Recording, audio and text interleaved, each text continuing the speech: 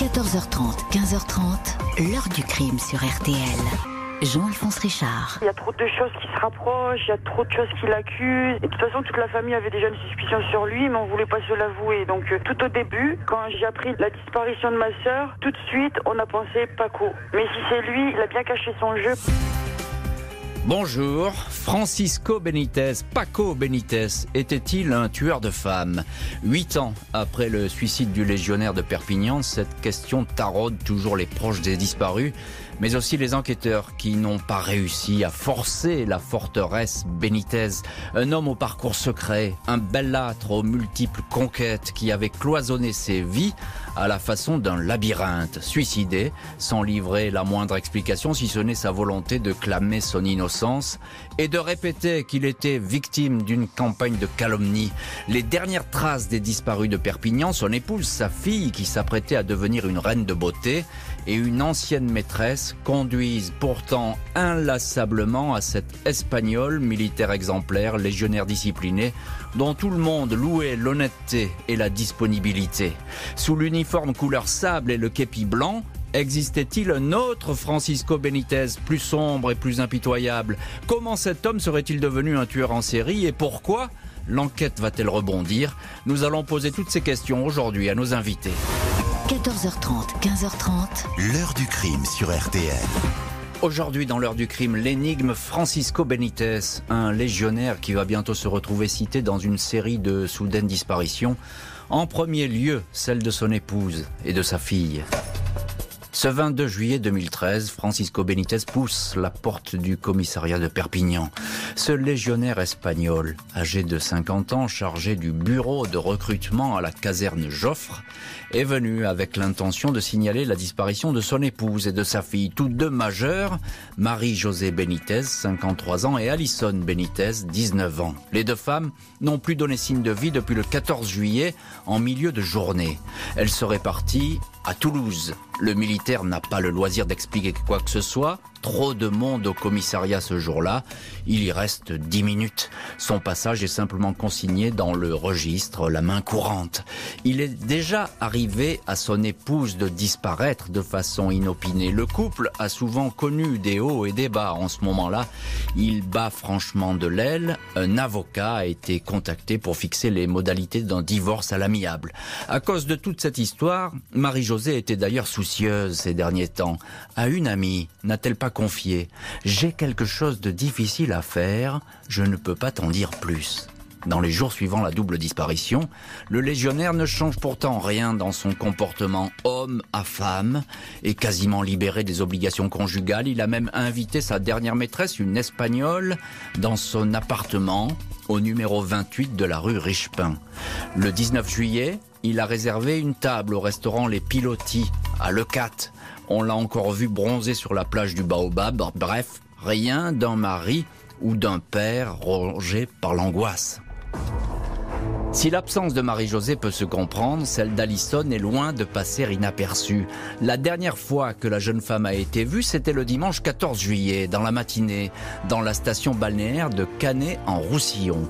Elle participe alors avec d'autres postulantes à la présentation du concours Miss Roussillon. Ses parents, bien que séparés et en instance de divorce, sont présents et pas peu fiers de la soutenir. Avec son iPad, Francisco ne cesse de photographier sa fille dont il dit qu'elle sera un jour couronnée Miss France. Alison a préparé depuis des mois ce concours régional. C'est le rêve de sa vie. Elle attend avec impatience l'élection. Le lendemain, lundi 15 juillet, elle a rendez-vous pour une nouvelle manche de présentation dans la commune voisine à Prades. Rendez-vous qu'elle ne manquerait pour rien au monde. Mais contre toute attente, c'est par un SMS laconique qu'elle prévient son petit ami Jonathan d'un départ soudain pour Toulouse. Dès lors, Alison ne va plus se manifester sur ses divers comptes de réseaux sociaux où elle ne cessait de poster des photos. Cindy Philippiac, déléguée régionale du comité Miss, est la première à s'inquiéter de cette absence. Le 16 juillet, elle envoie quelqu'un au domicile d'Alison. Francisco Benítez répond que sa fille est partie à Toulouse avec sa mère et qu'elles ont coupé leur téléphone. La belle-fille de Francisco Benítez, Lydia, qui considère depuis toujours le légionnaire comme son père, se manifeste auprès de lui. Elle est inquiète. Le 14 juillet, elle a reçu un SMS de sa mère, Marie-Josée, bourré de fautes d'orthographe. Celle-ci lui indiquait qu'elle avait pris une décision difficile, mais qu'elle avait choisi de partir à Toulouse avec Alison. Elle a trouvé cette décision plausible, mais Lydia a été de plus en plus étonnée de n'avoir plus aucun contact avec sa mère et sa demi-sœur. Le 25 juillet, Lydia et Francisco Benítez se rendent donc au commissariat pour faire cette fois une déposition en bonne et due forme. Mon père n'avait qu'une obsession, retrouver sa femme et sa fille. Il avait projeté de sillonner Toulouse pour cela, certifiera Lydia. Un appel à témoins est lancé pour retrouver Marie-Josée, yeux verts, 1,67 m, et Alison, cheveux châtain clair et yeux noisettes. Nous voilà donc au tout début de cette affaire. Francisco Benítez, le légionnaire de Perpignan, n'a jamais fait parler de lui. On a en ligne notre premier invité dans cette heure du crime, c'est maître Philippe Capsier. Bonjour maître. Bonjour. Merci beaucoup d'être au téléphone de l'heure du crime. Vous êtes l'avocat des frères et de la sœur de Marie-Josée Benítez, la mère de famille, donc qui vient de disparaître. Première question toute simple, maître Capsier. Qui sont ces deux femmes qui ont disparu ? Ces deux femmes, et je parlerai en premier lieu de Marie-Josée Benítez. Bien sûr. Elle est issue d'une famille de conditions plutôt modestes, avec un parcours de vie plutôt difficile, chaotique, et qui avait trouvé justement dans la personne de Francisco Benítez un repère, un référent, une figure rassurante qu'il avait évidemment et naturellement séduite et rassurée. Donc c'était pour elle une rencontre importante. C'est une rencontre importante. Maître Capsier, poursuivez un petit peu avec ce couple, si je puis dire, que forment Marie-Josée Benítez et sa fille. Elles sont très unies, ces deux femmes. Hein. Elles sont très souvent ensemble. On ne peut pas les voir l'une sans l'autre. On parle effectivement d'une relation fusionnelle entre Marie-Josée et sa fille Alison. Elles partagent tout, ou en tout cas beaucoup de choses. Elles sont toujours ensemble, elles se ressemblent et elles ont beaucoup de points communs et rien ne les aurait séparées. Bien sûr, ce qui pourrait expliquer, maître, à la limite, là on est au tout début de l'affaire et puis on va voir ce qui va se passer, mais ce qui pourrait expliquer qu'elles aient décidé finalement de partir ensemble. Pas question que l'une lâche l'autre. On pouvait l'imaginer, c'était une solution qui apparaissait effectivement tout à fait sérieuse. Même s'il n'y avait rien dans leur programme qui prévoyait cela. Hein. Rien, absolument rien, ni dans les proches, ni dans l'environnement professionnel de l'une et de l'autre. On avait imaginé cette disparition aussi soudaine que brutale. Deuxième invité dans l'heure du crime, c'est Pauline Lallemand. Bonjour Pauline. Bonjour Jean-Alphonse. Merci beaucoup d'être en ligne dans l'heure du crime. Vous êtes journaliste et vous avez suivi pour Paris Match toute cette affaire. Vous êtes même l'une des dernières personnes, peut-être même la dernière personne à avoir vu Francisco Benítez dont vous aviez recueilli les confidences. On va y venir à ces confidences, mais plus tard dans l'heure du crime. Je voudrais, Pauline Lallemand, que vous nous disiez en quelques mots qui est Francisco Benítez. C'est un bel homme, un homme à femme, qui a une vie conjugale un peu compliquée à ce moment-là, c'est ça ? C'est ça. Francisco Benítez est un légionnaire d'origine espagnole. Il vit avec Marie-Josée depuis ses 26 ans. Il a la cinquantaine à ce moment-là. Et ils ont eu une relation assez tumultueuse parce que depuis 6 mois, Francisco Benítez n'habite plus dans la caserne. Alison avait découvert des messages des messages sur le portable de Francisco Benítez qui insinuaient qu'il aurait pu avoir une maîtresse. Alison avait enquêté sur les relations de son père. Donc il y avait une ambiance suspicieuse déjà au sein de la famille et au sein du couple Francisco et Marie-Josée. Oui, Francisco, on sait que effectivement c'est un homme à femme. C'est presque un secret de polichinelle. D'ailleurs, Marie-Josée, je crois, elle est déjà partie, une ou deux reprises. Ça se passe pas très bien depuis des mois, voire des années. Exactement, et c'est pour ça qu'au début, lorsque Francisco Benítez annonce à ses belles-filles, les filles de Marie-Josée, qu'elles sont parties à la suite d'une dispute, ça n'étonne pas plus que ça. Ça paraît plausible. Patrick Tégéraud, bonjour. Bonjour Jean-Alphonse. Merci beaucoup d'être en ligne dans l'heure du crime. Patrick Tégéraud, le patron du bureau de RTL à Toulouse. Vous avez suivi cette affaire, vous la connaissez parfaitement. Lorsqu'il y a, je le disais, cet appel à témoins, qui est lancé pour retrouver Marie-Josée et Alison, là on commence quand même à se poser des questions parce que il n'y a rien qui cadre avec une disparition volontaire, j'ai envie de dire. Non, d'autant plus que Alison, elle disparaît le 14 juillet. Elle vient de passer la journée entière à Canet-en-Roussillon pour préparer l'élection de Miss Roussillon qui doit avoir lieu dans les semaines qui viennent.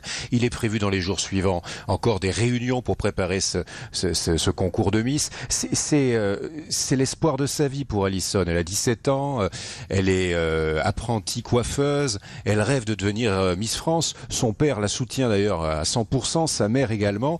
Donc il n'est pas du tout logique qu'elle disparaisse à cette période-là. Et c'est d'ailleurs, Patrick, finalement le cas Alison qui retient beaucoup plus l'attention que le cas Marie-Josée, parce que là, on a effectivement quelqu'un qui est dans une dynamique pour, comme vous l'avez dit, devenir Miss Roussillon, Miss France. Elle a tout un programme. Tout à fait. Et d'ailleurs, l'avis de recherche que vous évoquiez à l'instant, ce sont ses copains et ses amis qui le lancent sur Facebook. Effectivement, c'est pas un avis officiel. C'est pas un avis officiel. C'est vraiment une espèce de bouteille à l'encre qui est jetée par les amis d'Alison qui ne comprennent pas que cette fille charmante, radieuse, ne leur ait pas dit qu'elle partait, les avait pas prévenus. Elle passe sa vie sur les réseaux sociaux, Alison. Elle travaille déjà son statut de future star. Et donc là, c'est incompréhensible. Son silence est incompréhensible. L'absence de réponse aux messages que lui envoient ses amis est incompréhensible. Et donc ce sont les amis, en particulier je me souviens avoir interviewé un jeune garçon qui s'appelle Alexandre, qui est complètement paniqué. Il dit c'est pas possible qu'elle ait disparu comme ça. Pour la disparition de Marie-Josée, c'est vrai qu'elle a disparu 4-5 jours début juillet ou fin juin, donc parce qu'elle voulait mettre un peu la pression sur Francisco, qui lui n'habite plus dans l'appartement depuis décembre. Il habite à la caserne. Donc déjà on sait qu'entre les deux, le couple n'existe plus. Il y a en effet ce projet de divorce qui est quasiment engagé, mais par contre Alison, alors là c'est un mystère absolu, c'est ça qui traumatise absolument tous ses amis. Le 2 août, moins d'une semaine après le signalement de la double disparition, le parquet de Perpignan ouvre une information judiciaire pour disparition inquiétante. La police est saisie. Les policiers du SRPJ et de la sécurité publique effectuent conjointement les premières vérifications. Ils constatent que les portables de Marie-Josée Benitez et de sa fille Alison sont coupés depuis le 14 juillet en milieu d'après-midi. Aucun mouvement n'est enregistré depuis cette date sur leur compte bancaire. Les deux femmes n'ont pas leur permis de conduire, mais elles n'apparaissent sur aucune image de vidéosurveillance des gares de Perpignan et de Toulouse. La destination qu'elles auraient prise selon les SMS qu'elles ont adressés. Marie-Josée et Alison, considérées comme inséparables, adoraient toutes les deux Toulouse. Elles avaient même projeté d'y vivre. Francisco Benitez, que tout le monde surnomme Paco, est entendu en qualité de témoin par les enquêteurs. 14 juillet, il indique s'être rendu au concours des Miss à Canet-en-Roussillon. À 14h30, il a ramené Alison au domicile familial rue Jean Richepin dans le quartier du Bas-Vernet. Aucun des voisins, qui connaissent bien les deux femmes, ne les ont aperçus ce jour-là. Un détail intrigue les policiers. En ce jour de fête nationale, le légionnaire Benitez, toujours prompt à enfiler son uniforme pour le moindre salut au drapeau, était absent de la caserne. Il est resté chez lui. L'enquête tourne autour de Benitez. Une perquisition est organisée en sa présence chez lui, rue Jean Richepin. Le légionnaire ne paraît pas dans son assiette, troublé quand les policiers décident de s'intéresser au sous-sol du logement. L'endroit est passé au luminol, un produit qui permet de détecter les plus infimes gouttes de sang. Des traces sont effectivement découvertes sur le sol. Elles ont été nettoyées avec de la javel. Il va falloir désormais attendre les résultats. Le militaire dément être derrière la disparition de Marie-Josée et Alison. Il apparaît brisé. À Lydia, sa belle-fille, il confie « S'il leur est arrivé quelque chose, je me tuerai ». Les policiers enchaînent les auditions de proches. Une amie d'Alison indique que son père avait un jour proféré des menaces. « Je vous tuerai, toi et ta mère, on ne retrouvera jamais les corps ». 3 semaines après la disparition, tous les soupçons se portent sur Benitez. L'homme supporte mal ses regards regard qu'on pose désormais sur lui. Il reste cloîtré à la caserne, dans un bureau de fonction où il a aménagé un lit et où il dormait déjà avant que sa femme et sa fille ne s'évaporent. Auprès de Lydia, il se lamente. « Pour tout le monde, je suis coupable, dit-il. Le 4 août, Eric, un de ses amis, qu'il a toujours trouvé convivial, le croise à Perpignan. Eric explique, il était au désespoir à voir comment on le présentait. Il ne savait pas comment gérer la situation. » 5 août 2013 dans la matinée, Francisco Benítez est retrouvé pendu dans les locaux de la caserne Joffre.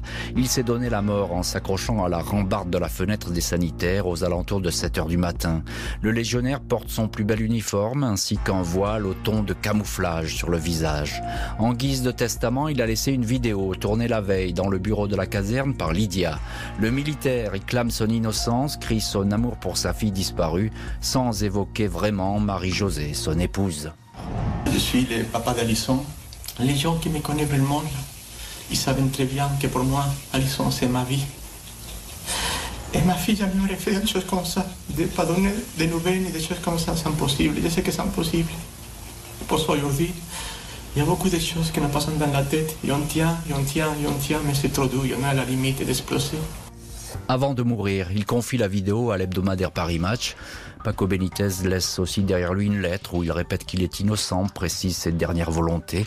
Dans un ultime email adressé à son colonel, il écrit « Je vous demande, SVP, de ne pas me juger ». Voici donc pour le coup de théâtre, le coup d'éclat du légionnaire Francisco Benítez. L'enquête pourtant est loin d'être terminée. Il va y avoir d'autres surprises et on va en parler dans les chapitres suivants.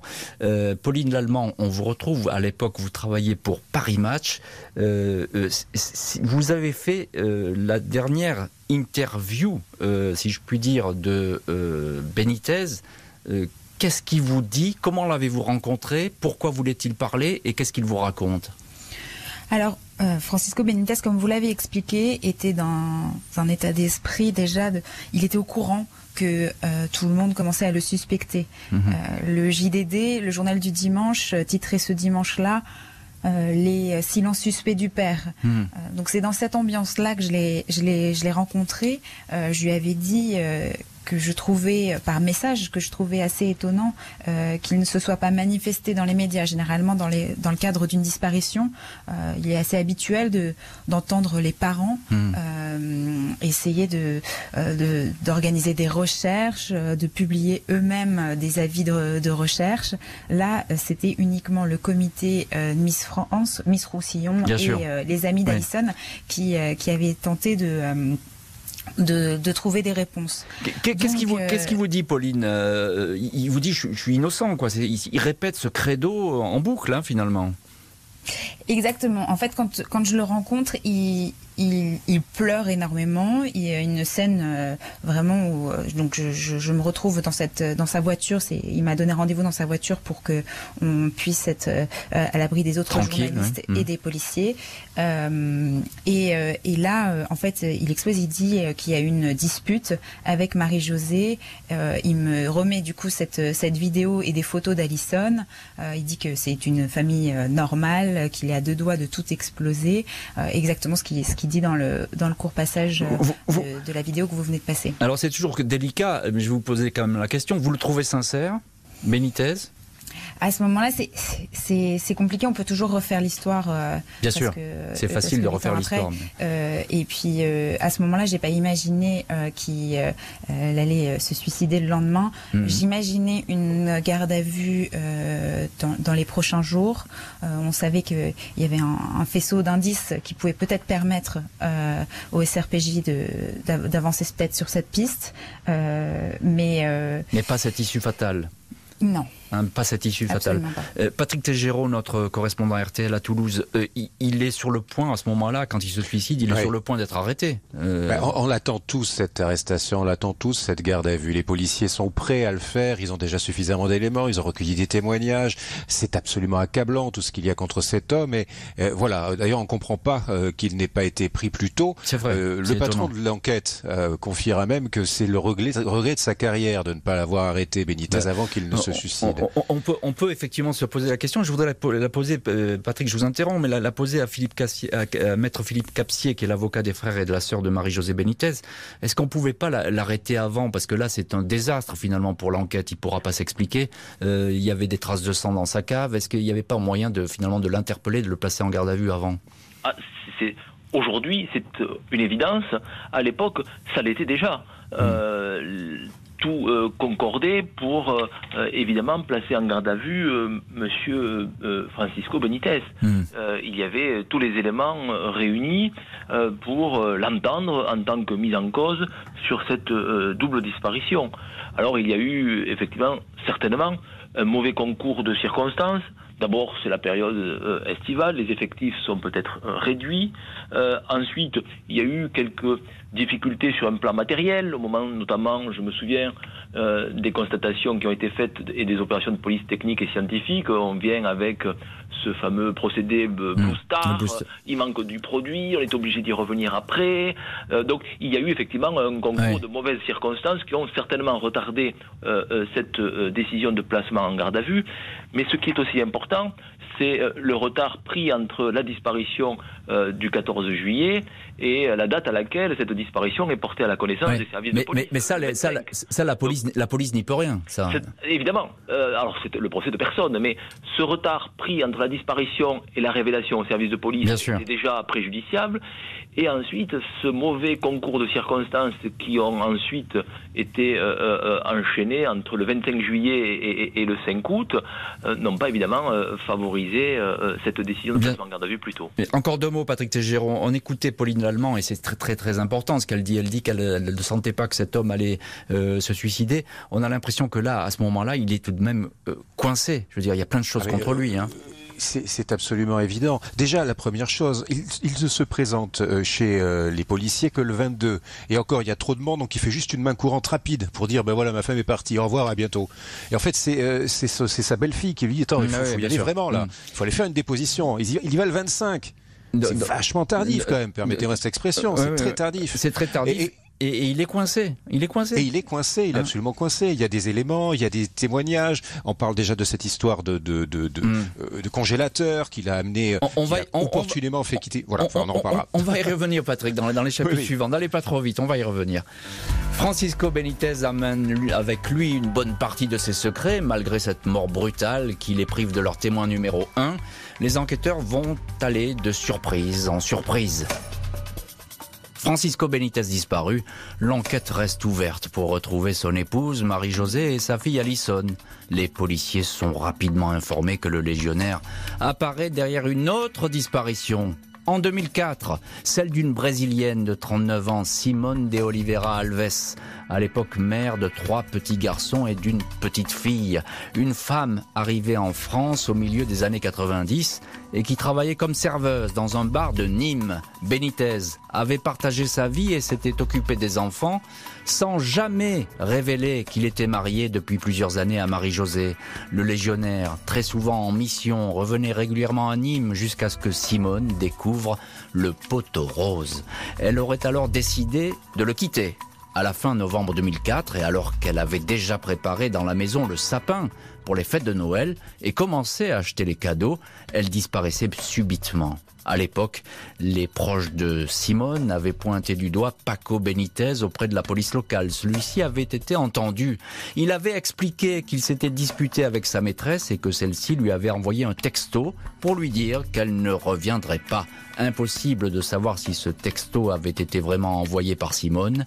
Celle-ci ne réapparaîtra jamais. Benitez ne sera jamais inquiété. 9 ans après la disparition de Simone, dont le scénario correspond étrangement à celui de Marie-Josée et Alison, une nouvelle enquête est ouverte à Nîmes. Nous cherchons à déterminer si les similitudes entre les deux affaires relèvent de coïncidence ou d'une réitération tragique d'un comportement criminel, confie alors le procureur adjoint de Nîmes. Les enquêteurs vont ainsi se replonger dans la vie itinérante du légionnaire Benitez. Il n'a cessé de changer d'affectation, l'île de Mayotte, Nantes, Saint-Christol d'Albion dans le Vaucluse, Marseille, Saint-Gilles dans le Gard ou encore Perpignan. Les fichiers concernant des personnes disparues sont examinés. Un détective privé évoque à ce moment-là la mort inexpliquée début 2000 de Sandra Martin, amie proche de Simone de Oliveira Alves. À cette époque, Benitez était en poste à une centaine de kilomètres de Tarascon-sur-Ariège, là où demeurait la jeune femme. Maître Philippe Capsier, avocat des frères et sœurs de Marie-Josée Benitez, on vous retrouve dans cette heure du crime. Lorsqu'on apprend finalement ces bribes du passé de Benitez et notamment cette liaison qu'il a eue avec Simone et la disparition de cette fameuse Simone, là pour vous, l'affaire prend sans doute une autre couleur, j'ai envie de dire. Comme vous l'avez parfaitement indiqué, les circonstances de la disparition de Simone de Oliveira sont similaires à celles de Marie-Josée.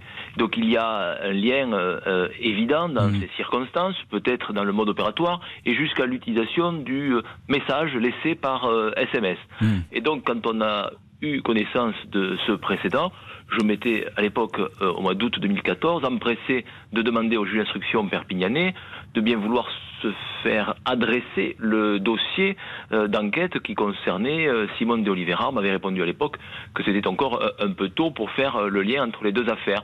Mais ces deux affaires laissent quand même perplexe sur... Évidemment, ça pose beaucoup d'interrogations. Patrick Tégéraud, en quelques mots, on a là affaire peut-être à un possible parcours d'un tueur en série, tout simplement. Oui, mais ça paraît presque trop beau pour être vrai. Pour Simone de Oliveira Alves, il y a des soupçons, c'est légitime, c'est normal. Pour Sandra Martin, qui était la copine de Simone Oliveira Martès, qui habitait donc à Tarascon-sur-Ariège, jamais aucun proche de Sandra Martin n'a parlé de Paco, de Francisco Benitez. Il faut attendre que le mari, Patrice Martin, commandite des enquêtes privées pour que les enquêteurs privés découvrent ce nom. D'abord le nom de Simone de Oliveira Alves et ensuite celui de Benitez pour que le rapprochement soit fait.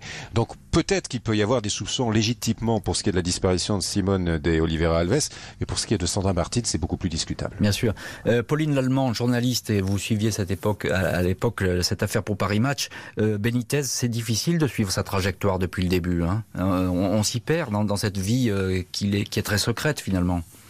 Effectivement, il a été affecté dans de nombreux endroits. Il a fait de nombreuses campagnes militaires au Tchad, première guerre du Golfe, au Gabon, au Kosovo. Donc il faut vraiment remonter tout son parcours militaire, toutes ses affectations pour comprendre un petit peu avec qui il a pu être en lien, s'il a pu avoir des disparitions au même endroit. C'est un travail difficile pour les policiers à ce moment-là de remonter toute cette piste.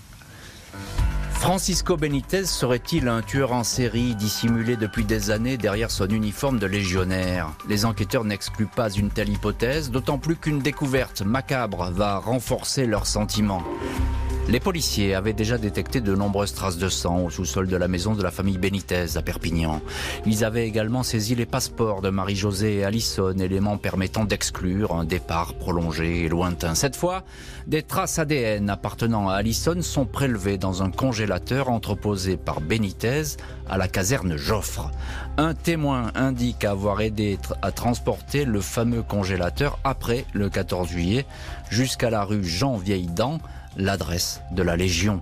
D'autres traces ADN sont relevées dans un lave-linge. Il apparaît que le militaire a méticuleusement nettoyé ses appareils ménagers ainsi qu'un tapis de sol en utilisant de l'eau de javel. De toute évidence, le légionnaire a voulu éloigner le congélateur de la curiosité des enquêteurs. Hormis ces traces, les corps des deux femmes demeurent introuvables. Le 9 août, les enquêteurs entendent la dernière maîtresse de Francisco Benitez, une Espagnole à laquelle il rendait fréquemment visite à Barcelone, à 2 heures de route de Perpignan. Il lui avait promis qu'il viendrait un jour s'installer avec elle à Barcelone ou en Galice.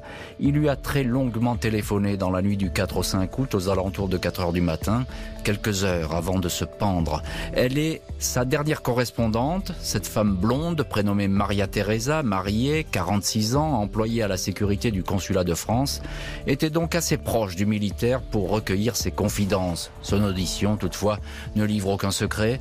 Maria Teresa ne peut apporter aucun détail important.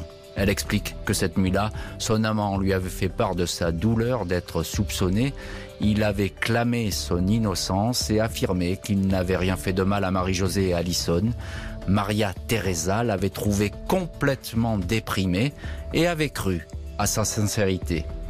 Patrick Tégéraud, correspondant RTL à Toulouse, vous êtes avec nous dans l'heure du crime. Je viens de parler de cette découverte importante, ce congélateur avec des traces ADN. On peut dire que là, à ce moment-là, c'est accablant, même si le légionnaire est mort.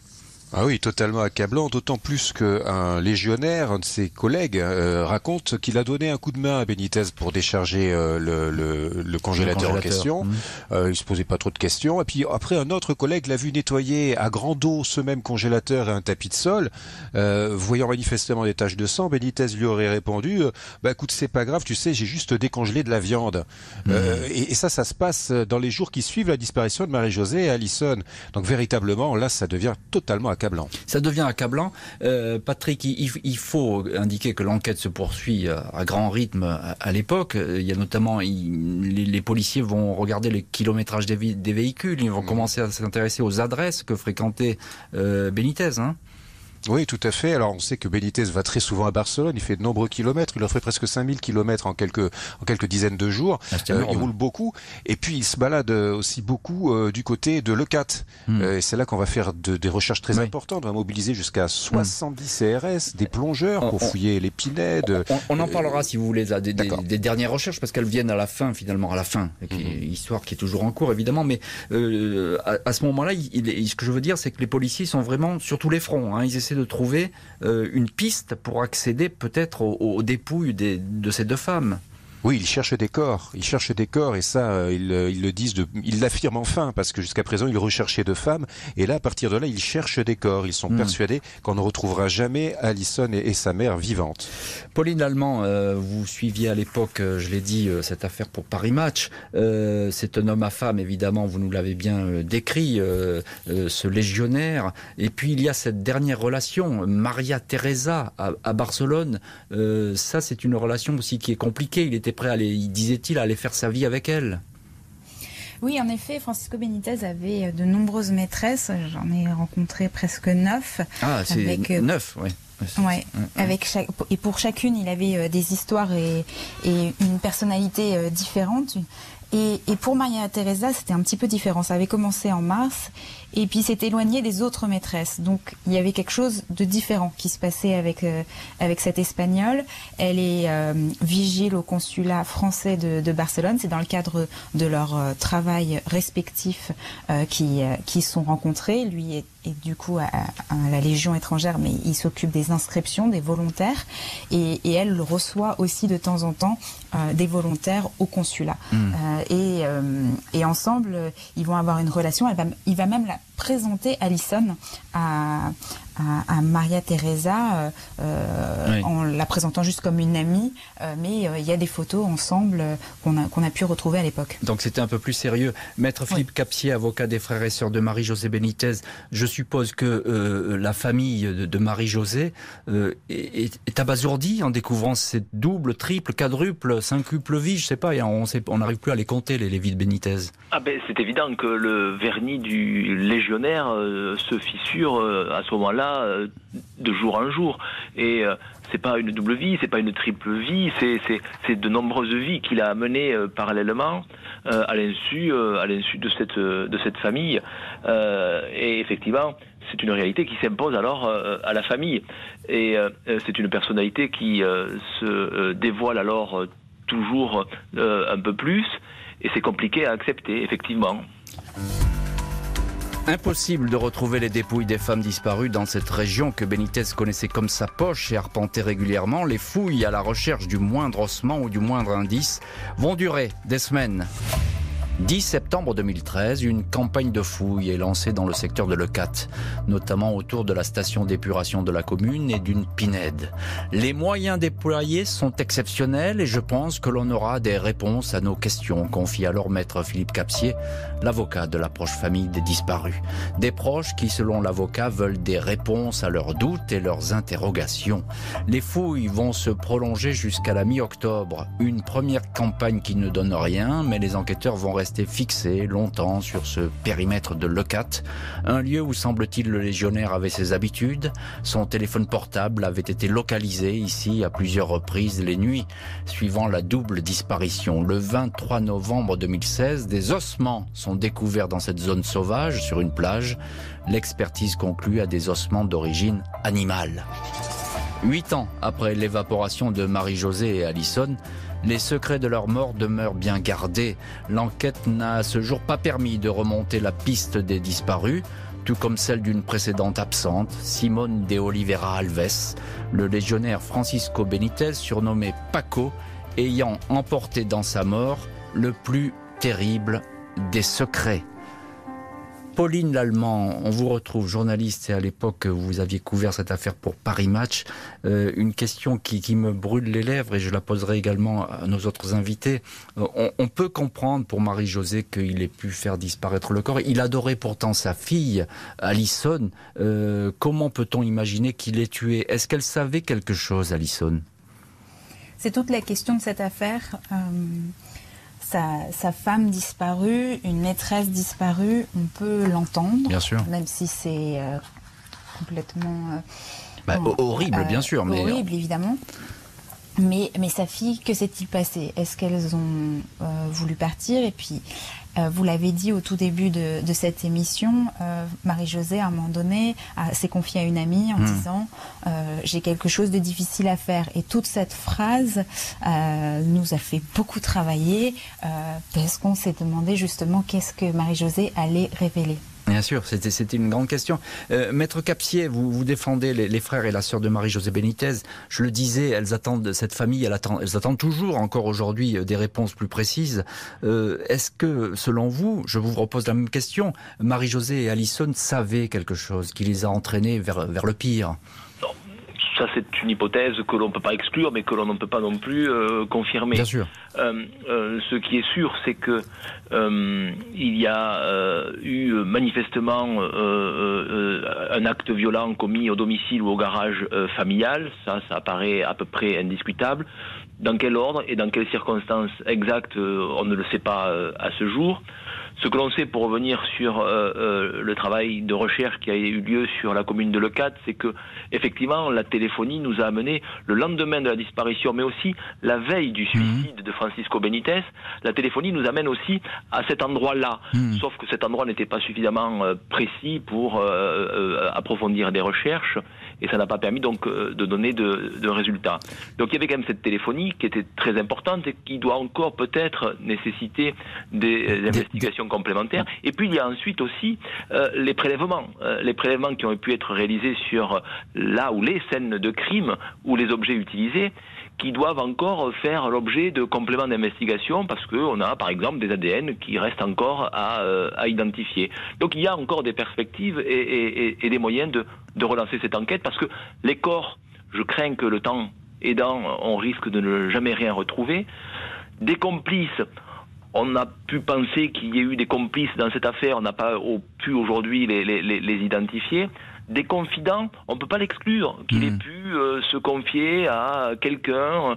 Voilà, il y a des pistes comme ça qui nous permettent encore d'entretenir l'espoir de savoir ce qui a pu se passer ce jour-là. Donc l'affaire n'est pas terminée. Non, l'instruction est toujours en cours. Capsier, l'instruction est toujours en cours, l'enquête continue, les investigations se poursuivent et on a espoir dans l'ADN, effectivement, où on sait que la science évolue chaque jour et qu'il pourrait y avoir de bonnes surprises de ce côté-là, peut-être. Hein. On a bon espoir, en tout cas, oui. Vous avez bon espoir et vos clientes également. Le dernier mot avec vous, Patrick Tégéraud. On a le sentiment qu'il y avait deux Francisco Benítez, finalement, le bon légionnaire et le tueur, qui ont cohabité et là tout se fissure aujourd'hui. Hein. Oui, vous savez, Francisco Benitez n'est pas pour rien qu'il s'occupe du recrutement à la Légion. Il est la vitrine de la Légion étrangère. Quand vous regardez les décorations qu'il porte, on dirait un général soviétique. Il a la poitrine couverte de décorations. Il était sur tous les terrains d'opération. Et il en est très fier. Il en est particulièrement fier. Et c'est pour ça d'ailleurs qu'il se donne la mort de façon extraordinairement spectaculaire en se jetant de la fenêtre des toilettes de la caserne après s'être passé une corde autour du cou. Il est en évidence quand il se met en évidence. Et donc juste pour conclure, mais en 2 mots, c'est la honte qui l'habite finalement. Il peut pas supporter peut-être d'avoir commis l'irréparable. Certainement la honte parce que cet homme aime les femmes, vous l'avez entendu, hein, il a de très nombreuses maîtresses et s'il l'a tué, c'est certainement au début, je dirais, par accident et qu'après il a dû camoufler ses crimes. C'était une des hypothèses portées par les enquêteurs à l'époque.